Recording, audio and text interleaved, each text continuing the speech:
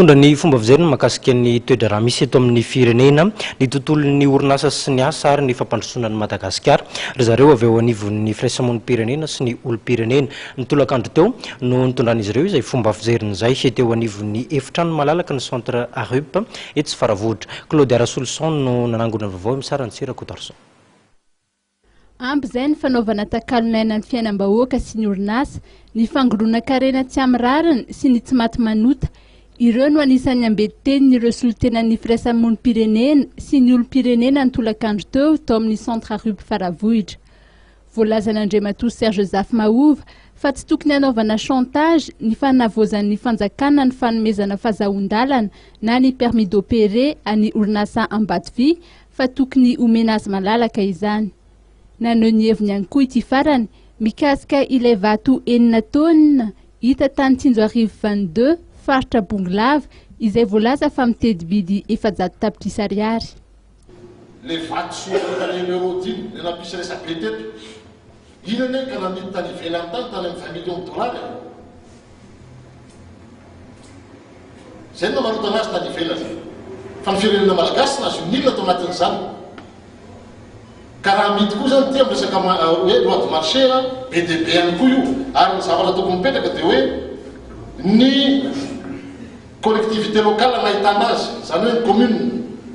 fokontany commune ny région tokony misy tombotsoa amin'io fa tsy sanatrehan'izany atao ohatra nanaovana tany Ilakaka lany ihany ny safirany Ilakaka ny nahantra ny commune Ilakaka tsy nahazo tombotsoa ny district ny Osy tsy nahazo tombotsoa ny région ny Orombe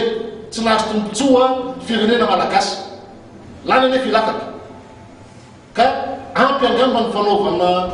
ataontsika hoe fitantanana tsy mahomby ohatran'izany raha mikasika ny hoe ny vatosoa sy manodidina azy eto Madagasikara. Nasiany resaka ihany koa ny vola lanin'ny fanjakana amin'ny resaka chèque carburant izay tafakatra 720 miliara ariary ny taona 1.4 raha 720 miliara ariary izany ny taona 4 ny paeto ekarena Ugra Johnson kosa dia nanorotsoritra fa tafakatra 7.20 isanjato ankehitriny ny tany fahantrana eto Madagasikara ary ny 5.30 amin'ny zatony ponina dia voatokazy anatin'ireo farany izay mahantra satria dia latsaky ny 3,000 ariary ny vola raisin'ny fianakaviana isan'andro.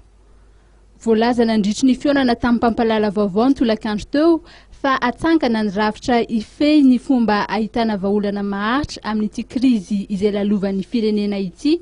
ka mitaky fivondronan'ny mpikambanan'ny fiarahamonim-pirenena sy ny olom-pirenena mandray andraikitra manana ny fahaizana manao mahay manaja ny fifampifehezana ary indrindra mirahina isian'ny fandraisana anjara mahomby izany.